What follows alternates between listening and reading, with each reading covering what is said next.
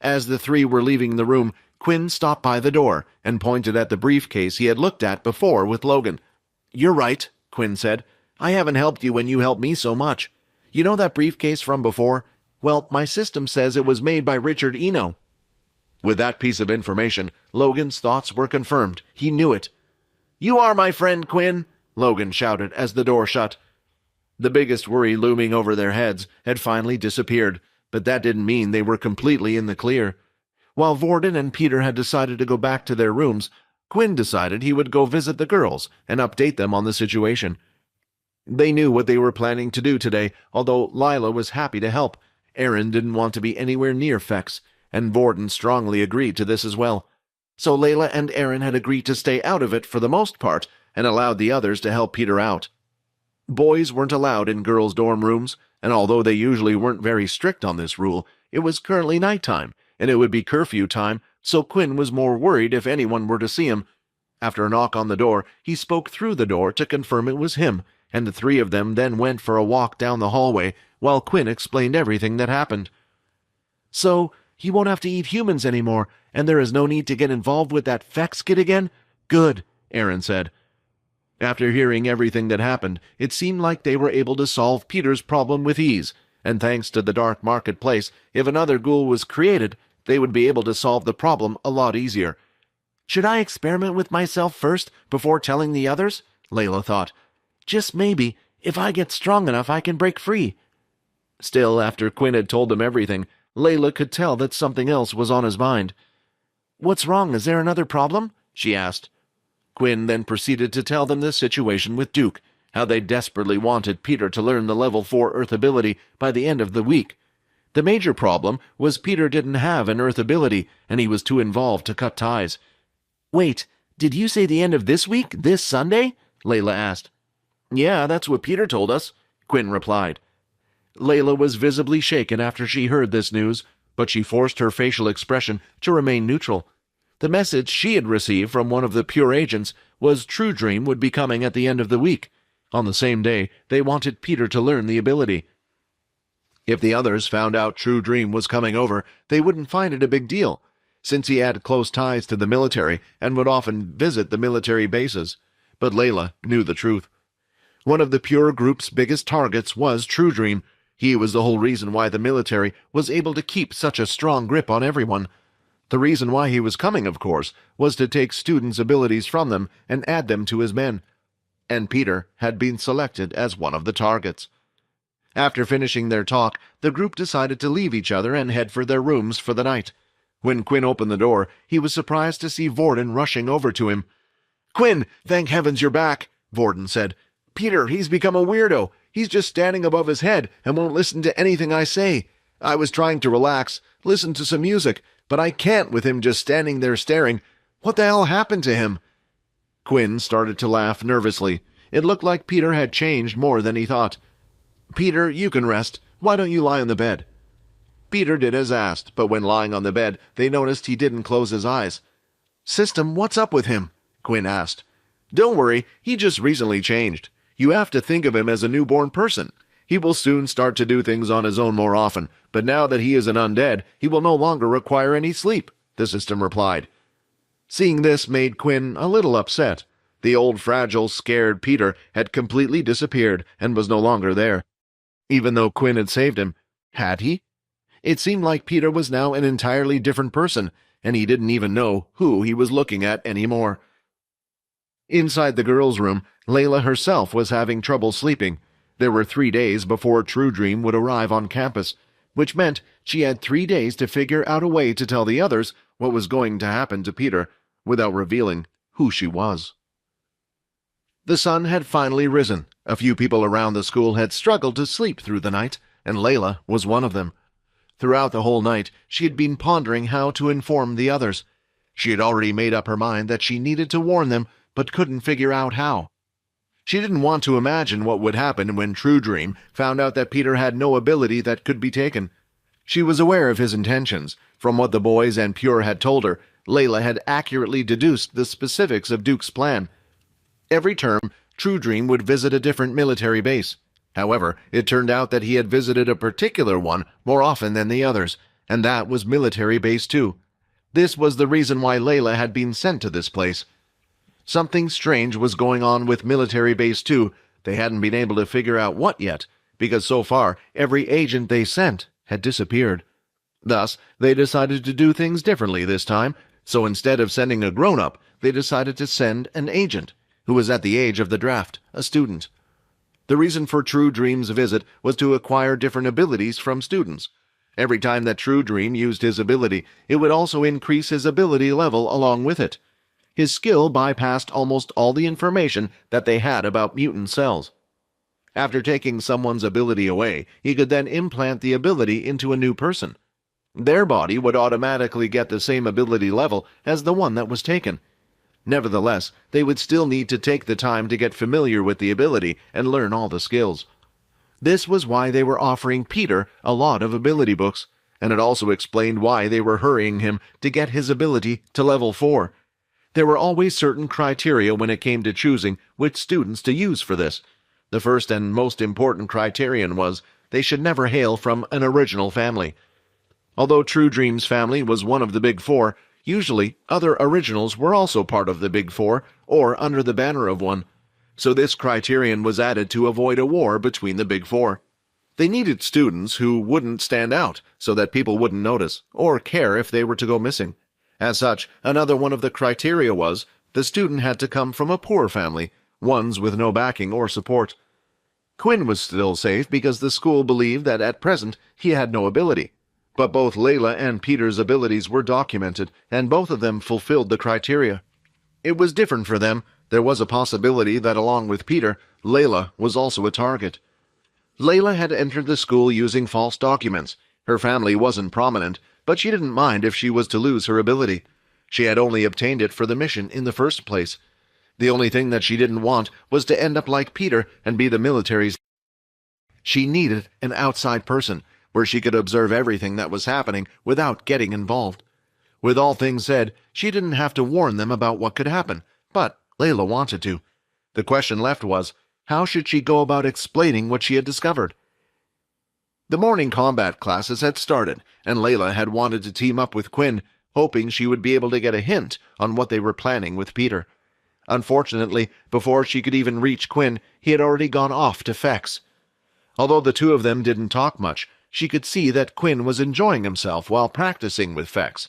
Perhaps it was because they were both of the same race, or had something else in common. She could tell a real friendship was beginning to develop.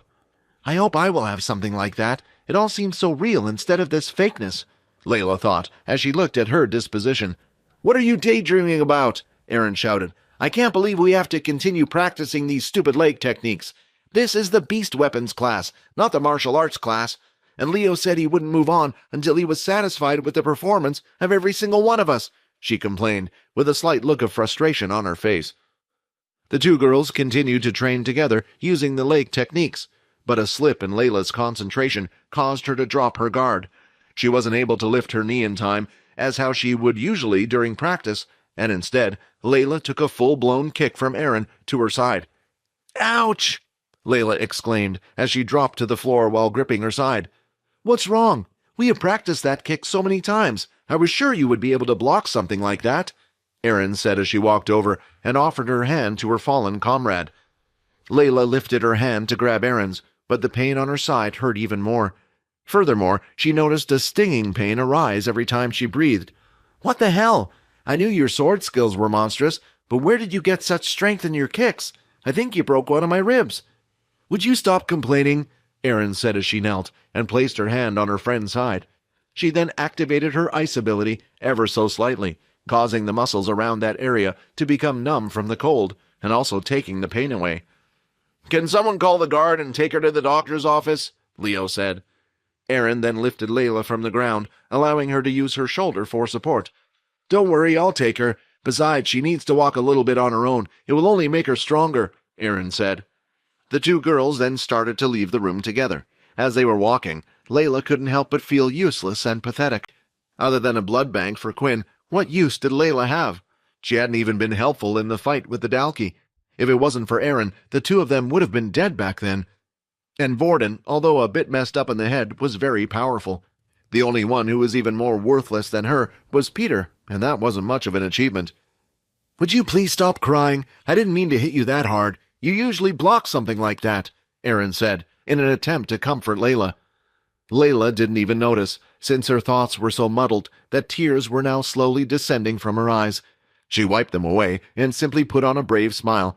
"Oh, it's not that. I was just thinking about how useless I am to the team whenever we're in a fight," Layla said. "Well, you're not wrong about that," Erin replied, not realizing how harsh she sounded. Although Erin was right, it still hurt Layla to hear it straight from her mouth. "But you help in other ways.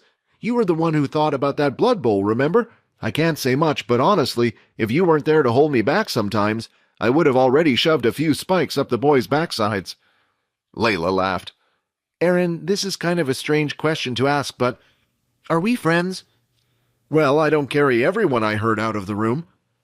Although Erin didn't say it, Layla knew her well enough to know what she was like by now.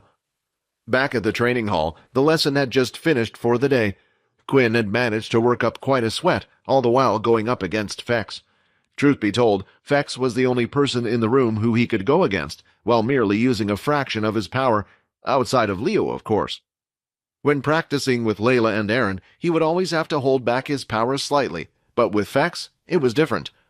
Now that the lesson was over for the day, students were free to do what they wanted.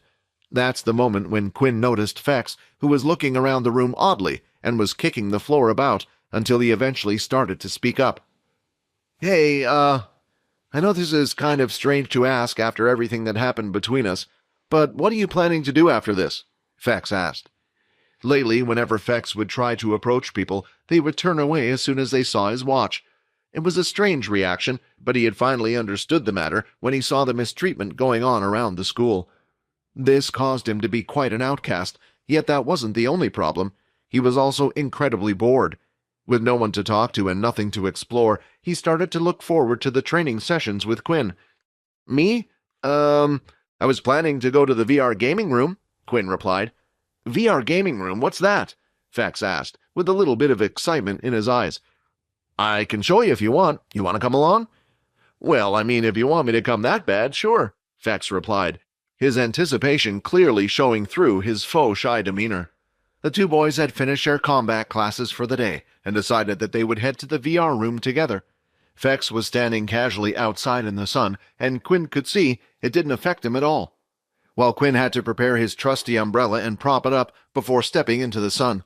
It was a strange action, but not too strange that it gathered the attention of others. Earth had gotten hotter over the years, and there were quite a few people who wished to protect their skin with the use of UV umbrellas. On a hot day like today, no one would bat an eye at what Quinn was doing. Seeing this, Fex looked at Quinn oddly.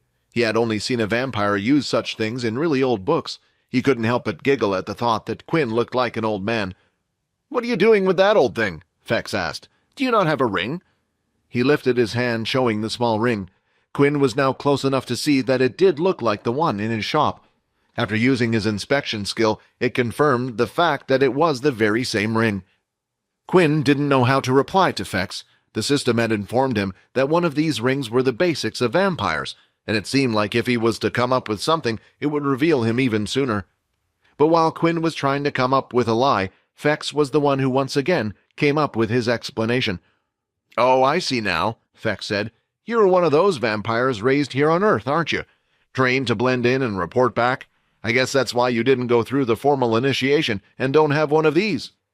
When Fex said those words, something had caught his attention. The fact that Fex said one of the vampires on Earth. Did this mean that vampires came from another planet? Were vampires a type of alien too? "System, do you have an answer for this?" Quinn asked. "I'm afraid I'm just as confused as you are. As far as I know, vampires have always existed on Earth alongside humans. Although, I'm afraid I don't know how much time has passed since your family has had the book, so a lot could have changed by then," the system replied. Looking at Fex, it seemed like he was showing off his ring quite proudly, and that's when Quinn remembered the requirements to get the ring. It was to kill 10 death bats, an advanced-type creature. This brought back memories for Quinn of how hard it was for him to defeat an intermediate creature. He couldn't imagine how hard an advanced-tier creature was and the many more classes above them. "Was the initiation hard?" Quinn asked. Fex started to laugh nervously at this question. Was it hard? Of course it was hard. Yet I was one of the youngest vampires to ever complete it. As he said this, he lifted his chest a bit to make himself feel a little bigger. The vampire continued. You see, the initiation is getting the materials for the ring itself. A young vampire must go out and slay 10 death bats.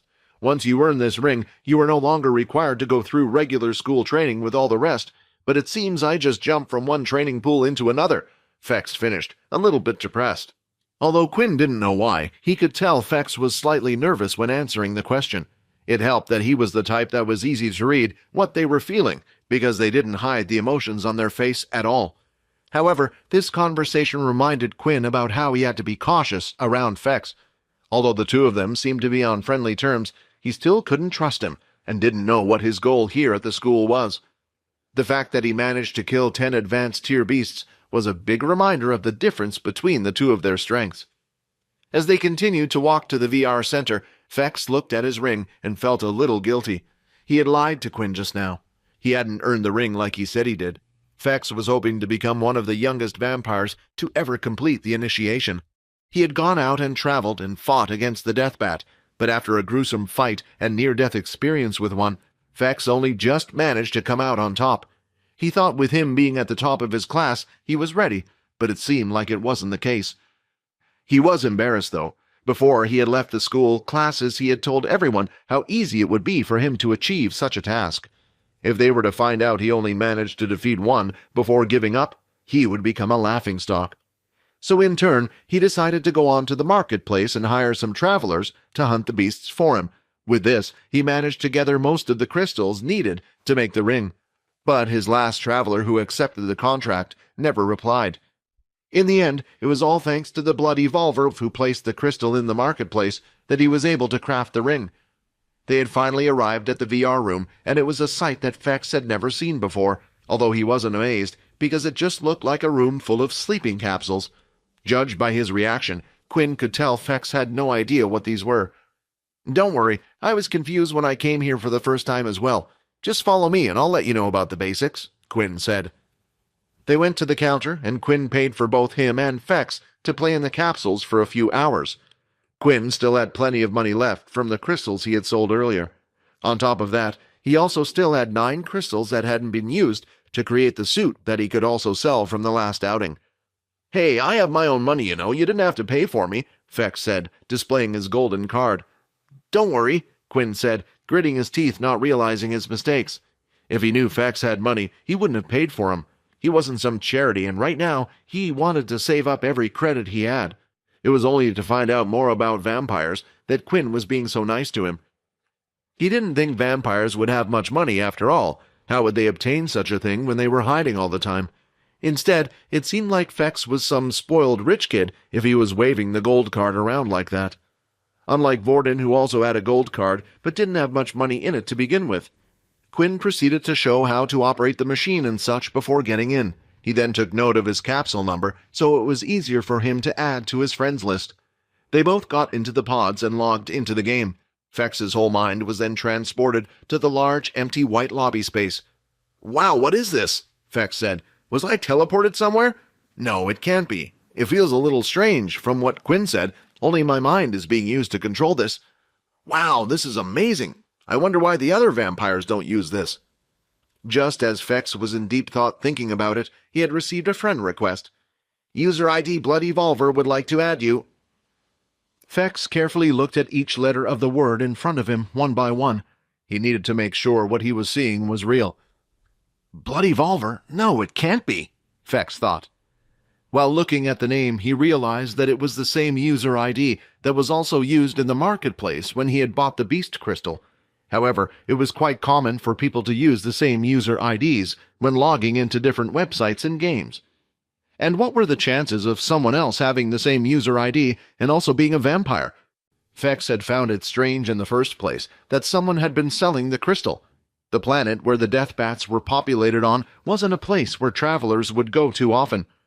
It was one of the reasons why the vampires had decided to use it as their training ground, on top of the fact that their crystals could be used to create the ring.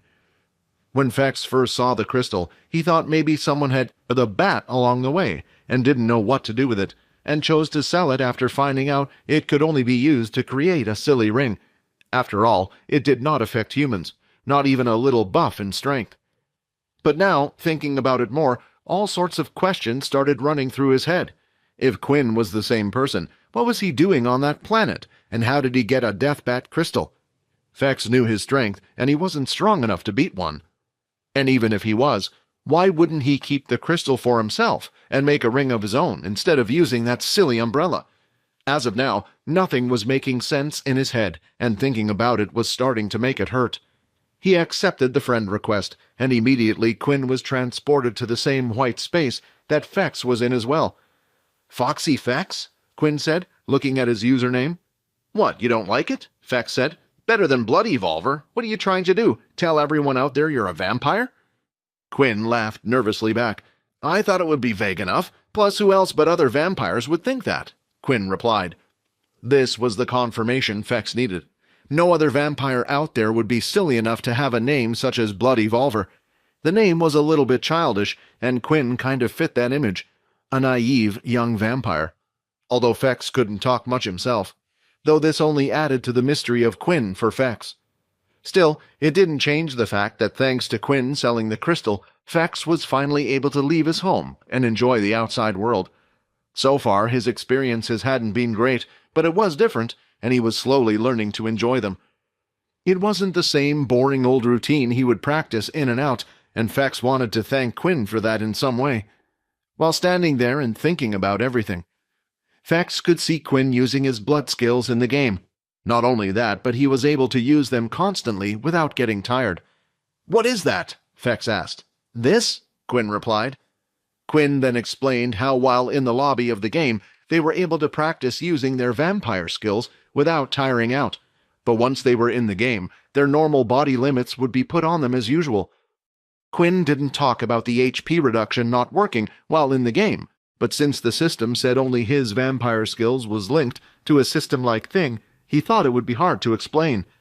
After trying out a few skills here and there, Fex had a big grin on his face. He then started performing his martial arts while mixing in the blood skills.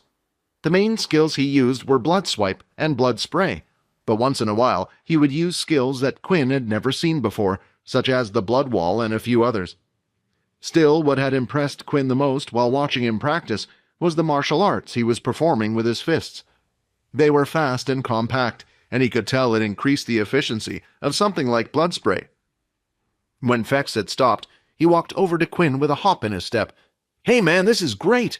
I wonder why the vampires don't have a bunch of these in their buildings. It could help the kids train. Although, I guess if they get too used to the game, then it wouldn't help them out that much in a real battle, but this is still great." While Fex was yammering away, he noticed that Quinn was staring at the blank space where Fex was standing. He started waving his hand in front of Quinn to see if he was still there. "Hello?" Fex said, still waving his hand. "Oh, sorry," Quinn replied. "I was just looking at your martial arts." "Oh yeah, that's right. You didn't learn any, did you, since you grew up here and everything?" Fex then started to think if there was something he could do. Then something popped in his head, an idea. "You know I can teach you the martial arts if you want."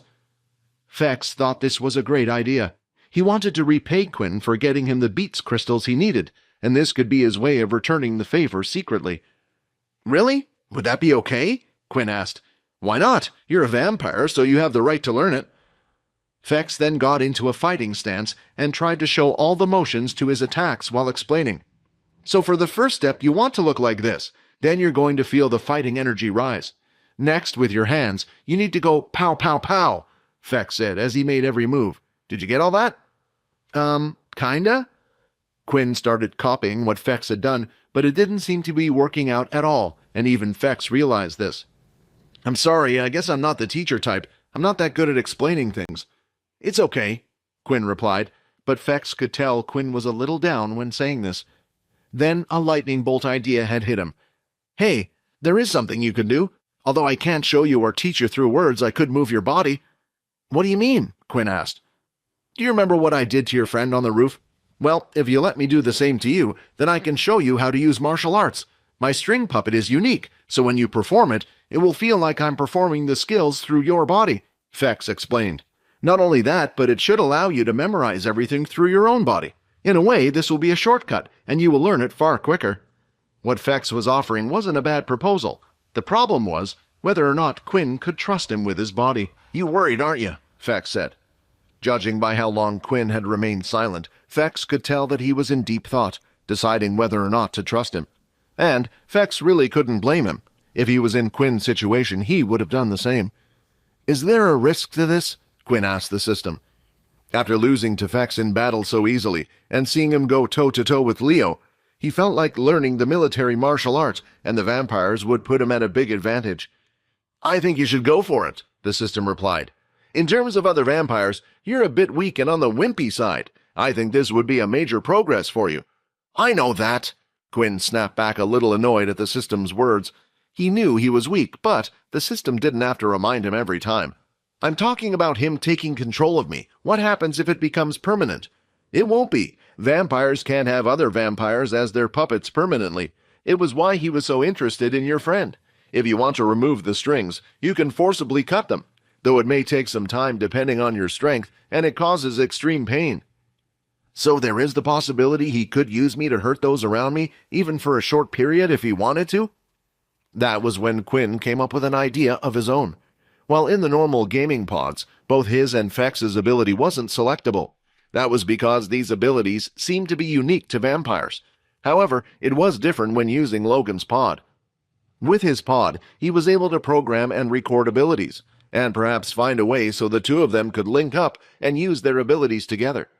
Inside the game, there was no threat, no danger. "Let me think about it for now," Quinn replied. "Why don't I show you how to play first?" Quinn then showed the basics of how to use the game's interface. He also explained the matchmaking system and the process to select an ability. Fex was pretty upset when he found out he wasn't able to use his strings ability in-game, but his mood quickly changed when he realized he was able to customize his in-game avatar according to his preferences. Fex designed his character in full black clothing. He looked like an ancient ninja with a face mask and hood, only allowing his eyes to be seen. He spent more time customizing his character than he did on anything else, and he had already used his money card to buy a few extra items for clothing to get the full set. When comparing the avatar, Quinn's now looked incredibly plain, since he was only able to use the free items that were available to everyone. He could spend the money he had, but he still remembered how he was struggling even getting 10 credits not too long ago. Finally, it was time for them to search for opponents. While doing so, Quinn went for the quick selection option since he no longer gained EXP from low levels. The opponent would at least need to be at a level 3 mark for him to gain any EXP. A match had been confirmed, and Fex was transported to the seating area in the arena. He could see Quinn standing on one end while his opponent stood on the other. His opponent was skinny, tall, and seemed to resemble a tree. What surprised him, though, was the fact that when he was sitting in the seating area, he wasn't the only one watching Quinn's fight. "Hey, you're new," Nate said, looking at Fex. "What is all this?" Fex asked, looking confused. "Is everyone here to see the two of them fight? His opponent must be pretty special." He looked at the stand, noticing the crowd that had formed.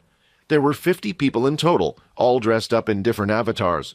Judging by what Quinn had said about the game, this was optional, meaning all the people that had appeared had chosen to do so of their own volition. "Of course, it seems like Blood Evolver has gained quite a following," Nate replied.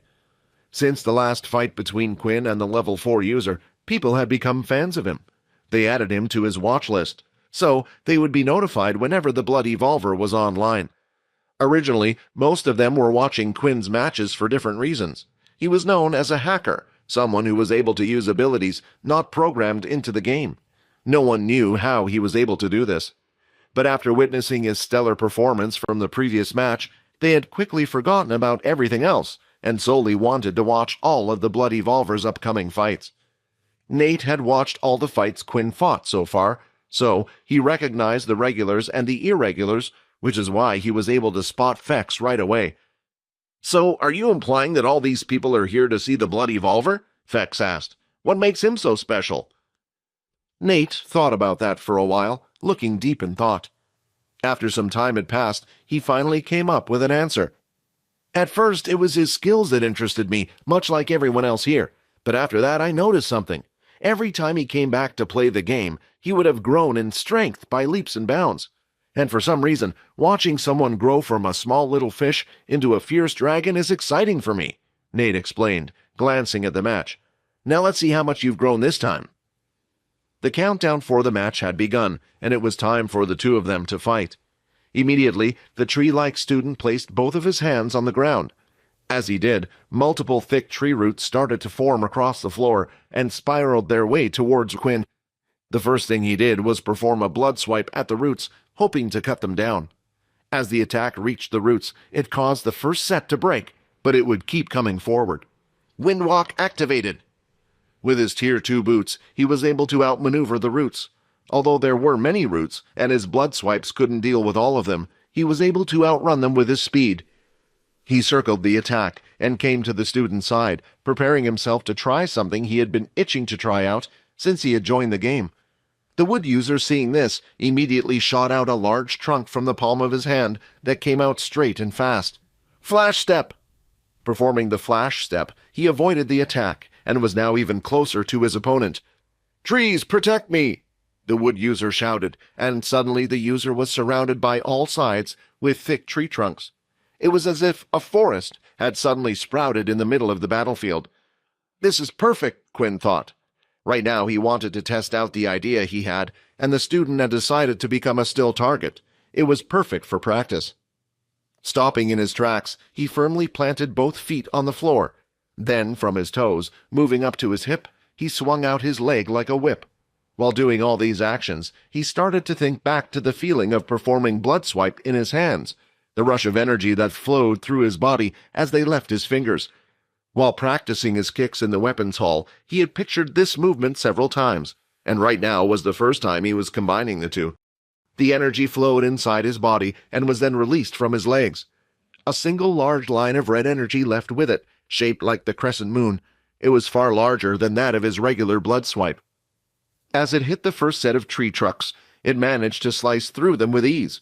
The tree user ducked down in time, avoiding the attack from cutting his head off. But Quinn wasn't done yet. He hopped and changed his stance slightly, performing the same kick with his other leg, cutting the trees down from the other side. Both sides of the tree trunks shook due to the slightly angled cut and fell to the floor.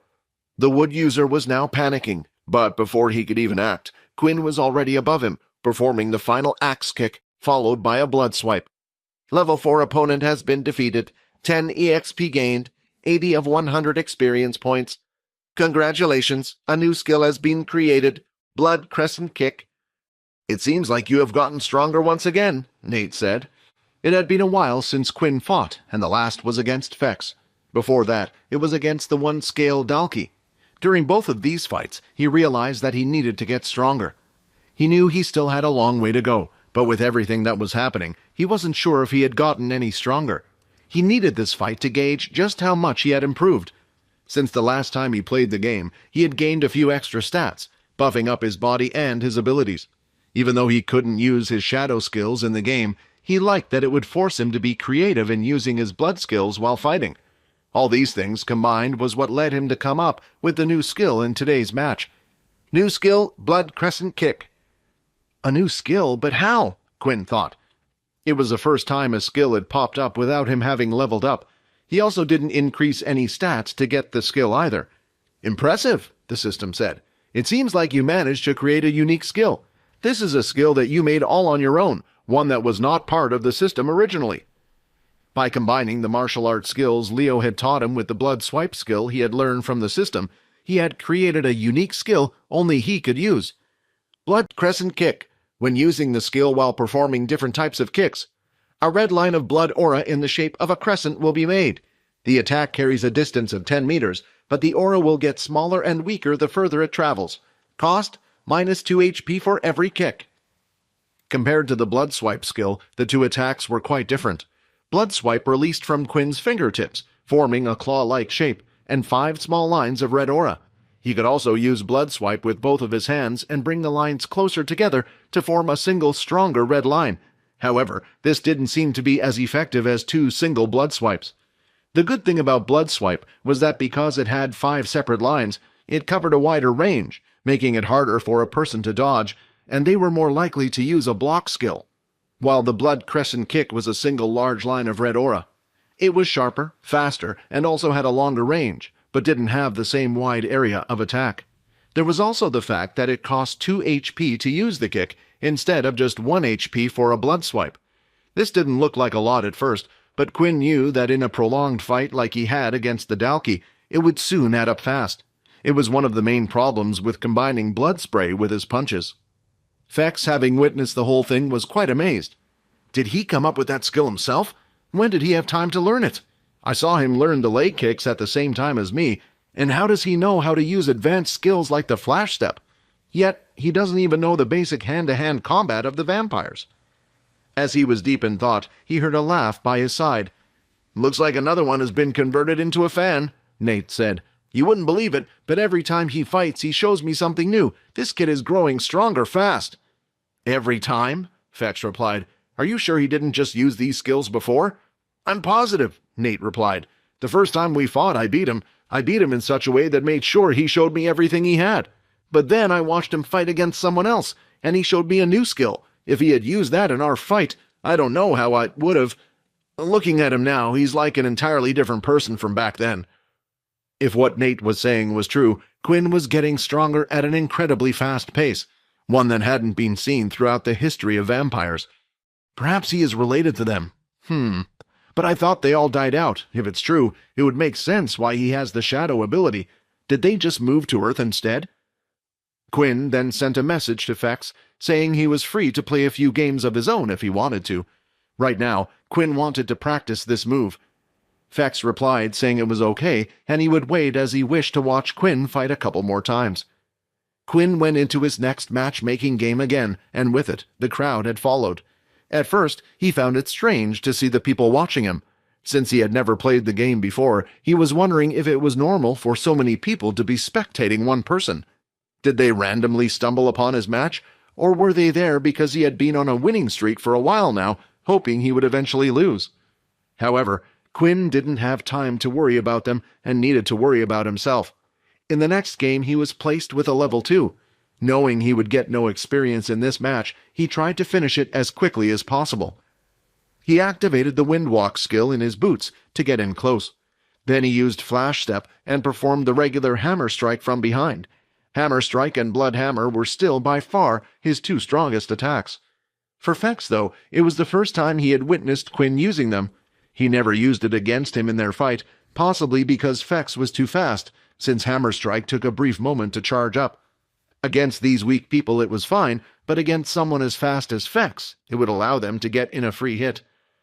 "So he does know the vampire martial arts," Fex thought. "Ah!" he screamed, as he felt like pulling out his hair. "You know what? I'm going to just have to stop guessing and find out myself." 2 more matches were made, and this time they were with another level 3 user and a level 4 user. These matches were closer and took more time, but they weren't as strong as they could have been. Quinn rarely matched up with second years who seemed to have higher tier beast equipment. Quinn could only assume that the system had designed it this way on purpose, or just not many second years were playing the game. If there was one person who would know, it would be Logan. He made a mental note to ask him later. After winning the 2 matches, he had gained 20 more experience points and had decided to take a break. 100 of 400 EXP.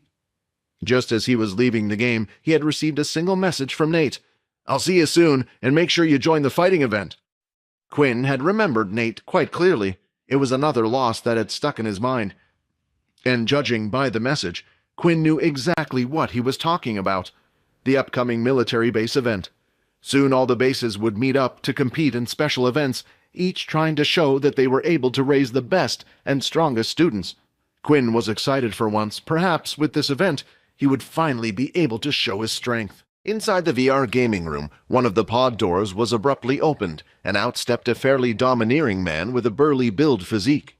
His neck was nearly as wide as his square-shaped head, and for some reason, he also decided to frame his hair in a way that was similar to how his head was sculpted. However, after leaving the gaming pod, having had enough for the day, he was eager to get ready and start practicing for the upcoming event. "A month left, huh? I just wonder how much stronger you can get in that meantime," Nate said with a smile on his face. A few seconds later, a hissing sound was heard from the pod next to his. As the pressure was slowly released from the sealed door, it started to lift, and Nate saw a friendly face peeking in between the aperture. "Hey, that guy keeps getting better in every attempt, doesn't he?" Sam said. "I don't even know if I could beat him in a real battle the way he is now." "You shouldn't talk down to yourself like that," Nate replied. "Remember, he's only a first year, and there are two major differences between the first years and the second years. One is our equipment," Nate said, pointing to the cape that was on Sam's back. "And the second one is our soul weapons. I don't know many first years who have been able to produce a soul weapon, and it's only something that they teach you in your second year." The two of them started to walk back to their dorm rooms.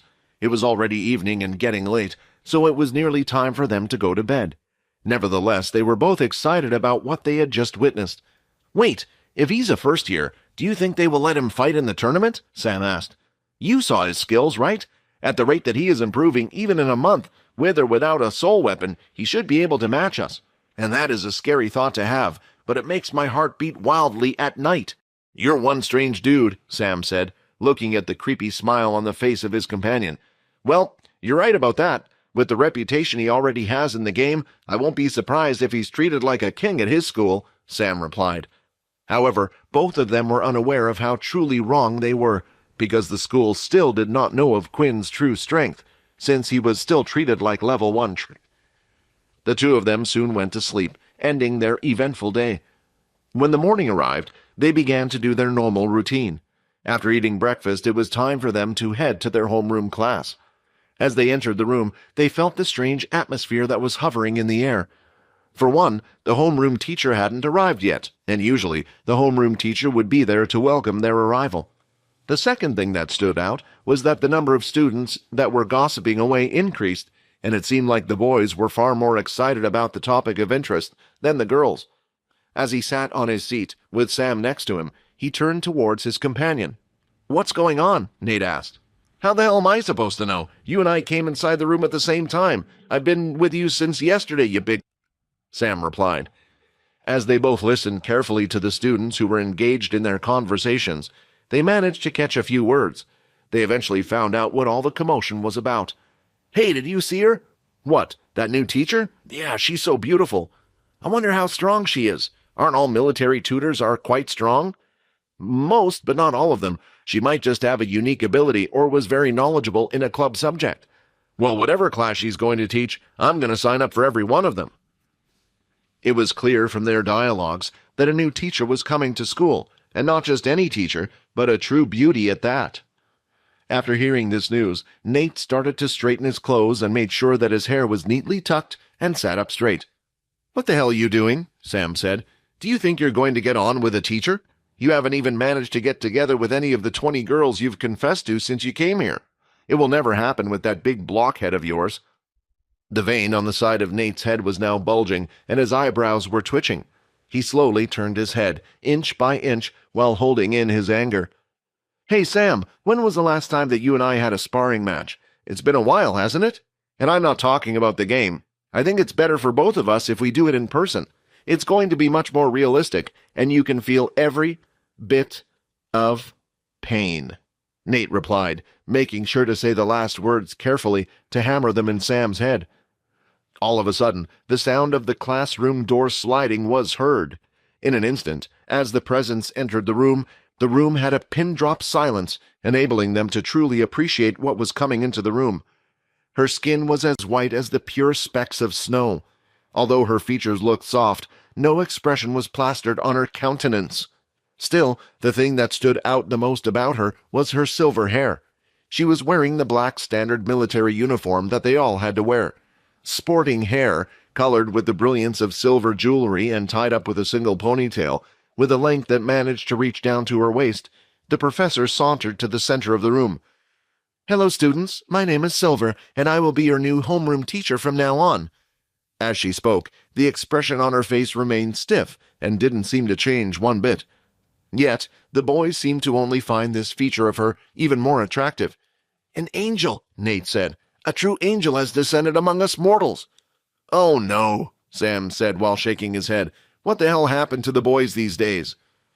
Silver started to scan the entirety of the gathering, looking at the students one by one, but it merely reminded her that she might have to stay in the school for a while. As the file said, it appears that Fex isn't here.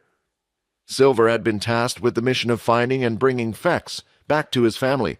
However, with their family connections, the most they could do was get her a position as a teacher on one of the military bases.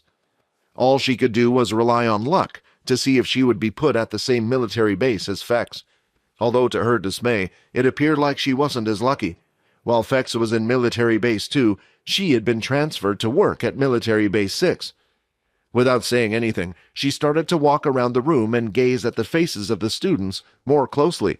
As she talked to one of the students, even the females had to recognize her ephemeral beauty and started to blush. She continued to stroll around. Finally, she stopped in front of Nate and scrutinized his visage. "Looks like this is going to be my day," Nate cheeringly told himself. She looked at him closer and said, "Why are you so interested in such ugly things?" Although Silver had no idea, she had said these words out loud.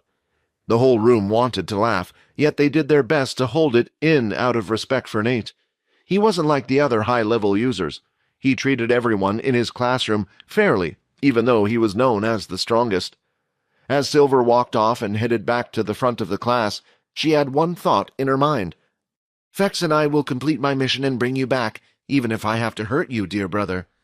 It was an early morning for the students at Military Base 2, and although it wasn't time for the students to have breakfast yet, someone or the other could be found roaming around. "Okay, just got to make sure I have everything," Layla said as she slowly breathed in and out. In her hand, she held a white envelope. While holding it, a pair of used disposable gloves. She had repeated these steps multiple times in her head and had done everything so the note couldn't be traced back to her. She felt around the envelope, making sure the nano stick was inside. "Am I sure that I want to do this?" Layla said, speaking to herself. "Everything that I'm going to do is against the protocol, and if I get caught, I don't even think my mother can pull me out of this one."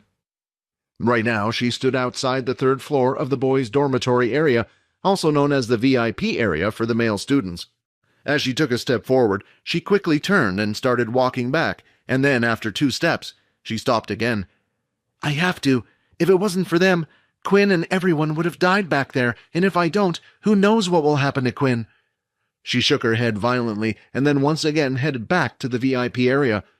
Once she had entered, she made sure to check the halls. She also checked the other rooms and areas to see if anyone was out and about. Although it was early morning and most students wouldn't be up by now, she still needed to make sure. After placing the white envelope on the floor just outside one of the doors, she stepped back towards the exit of the hallway right by the staircase. No turning back now. Using her ability, she pushed the envelope underneath the door, and it was now on the other side. After that, she quickly ran down the stairs, heading back to her room. So far, for everyone, it had been a normal day. They ate their morning food as usual, and then went to their morning homeroom classes.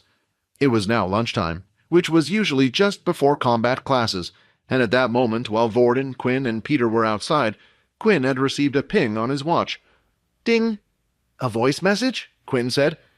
"First, you are listening to this message. Make sure that no one not worthy of your trust is around you. I'll give you a few seconds to decide and do something about it before I continue," Logan said.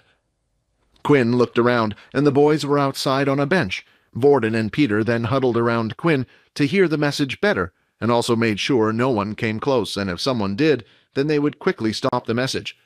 "Good," the message said as it continued to play. "I received some interesting information, and it concerns Peter and your little problem. I suggest you gather everyone that knows about what Peter is and bring them to my room, because we are going to need everyone's help on this to get out of this mess. Oh, and if you could bring me a sandwich from one of the vending machines, that would be good. You don't have to do this, of course, but it will do good for my brain power and help me think better." Although the tone of the message didn't sound very urgent, Quinn knew that if Logan was initiating contact with him and was asking to bring everyone into his room, it was a big deal. Logan didn't like people coming into his room in the first place. Logan was afraid that people may steal his ideas for his new future inventions or even destroy whatever he was working on, so Quinn knew that this was a big deal. "You heard him, guys. You inform the girls and bring them to Logan's room," Quinn said, looking at Vorden. "Peter, it might be best if you go with him." "What are you going to do, sir?" Peter asked. "I need to get that sandwich," Quinn replied. The group had split up and Vorden and Peter went to get the two girls. However, Quinn didn't just do that so he could get a sandwich. He was going to look for Fex. With his nose, it wouldn't be difficult to find him, and he knew that if he informed Vorden about this, he would be against it. But if it was something to do with Peter, he was sure Fex would help out. The girls, along with Vorden and Peter, were patiently waiting inside Logan's room. The boys were quite calm, while Erin was tapping her foot away and about. Lately, she had been using all her spare time to practice her sword skills, yet she still could never achieve the same results as she did on the roof that day. Being here just seemed like a waste of her time. While Layla, who was standing next to her, felt a horrible bubbly feeling in her stomach. Her heart was pounding so hard she thought it was going to jump out of her throat. "Can't you just tell us what this is all about?" Erin said, annoyed. "This is a very serious matter," Logan replied, sitting in his chair. He was currently playing with a trapezium-style Rubik's Cube made from metal. The inside used little small triggers to twist and turn the shape in all sorts of different directions. This made it multiple times harder than a standard Rubik's Cube. Each time he shifted one of the pieces, a large mechanical sound would be made. "And I would hate to repeat myself," Logan said as he continued to mess around. The room was silent, and the only thing that could be heard was the shifting sounds of Logan playing with the mechanical item. They waited and waited. Click. Click. "Will you put that damn cube away?" Erin shouted. "Before I shove it up your—" Just then the sound of the door was heard. "Looks like they're here," Logan said as he put the cube on the floor. Quinn entered first, and right behind him was Fex. As soon as Erin saw this, she immediately stepped back. "Quinn, what the hell is he doing here?" Vorden shouted. "Wait, I was the one that asked him to come here," Quinn said. "If it's something to do with Peter or the vampires, then he's going to be a big help. Remember, he helped us out last time, and he has stayed true to his words every time." "Look, I can tell I'm not wanted here," Fex said. "If you want me to leave, I'll leave." "No, please stay," Logan said. "Quinn is correct. This matter is very serious, and I do believe you will be a big help."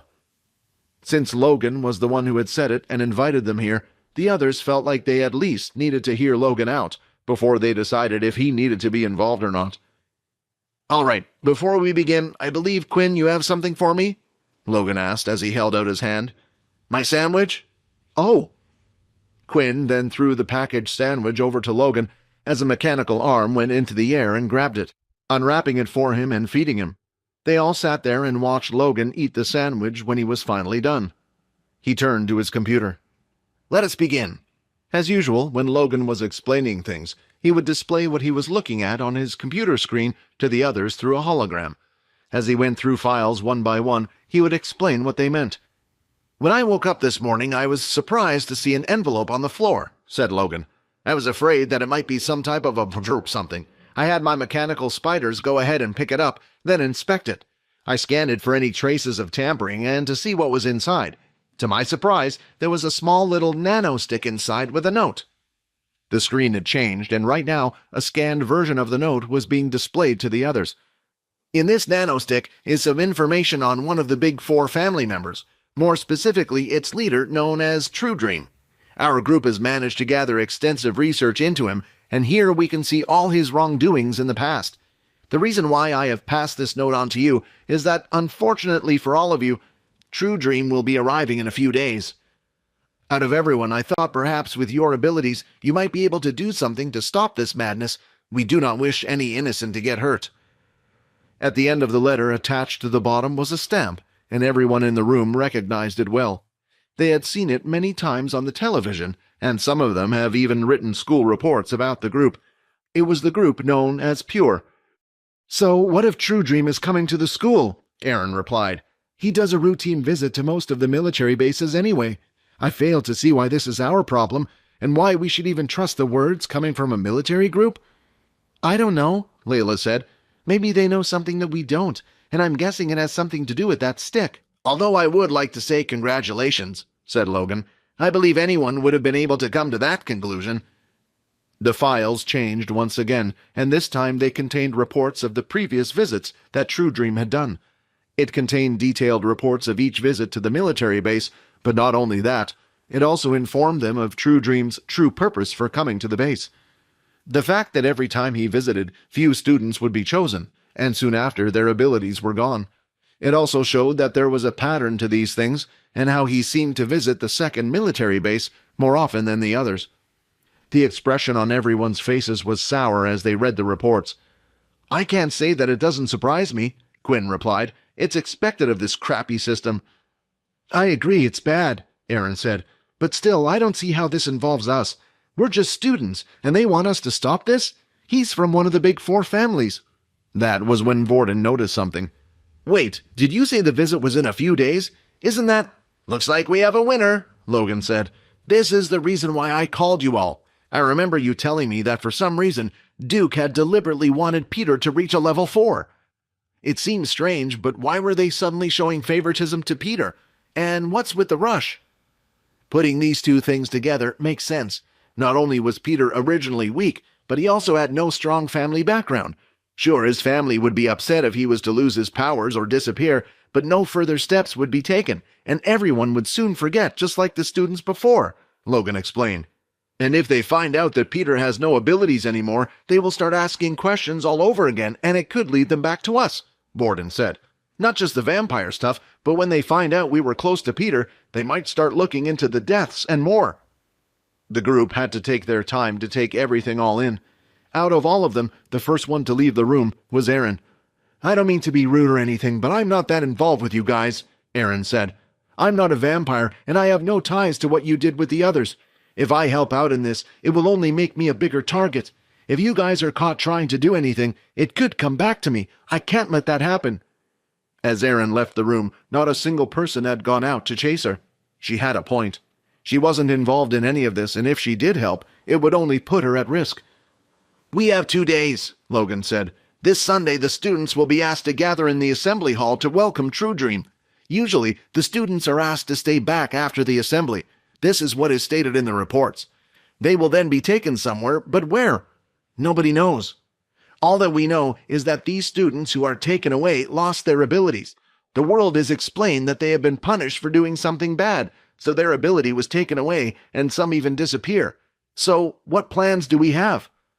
The group then continued to discuss what could happen and came up with different plans and scenarios in case different things happened.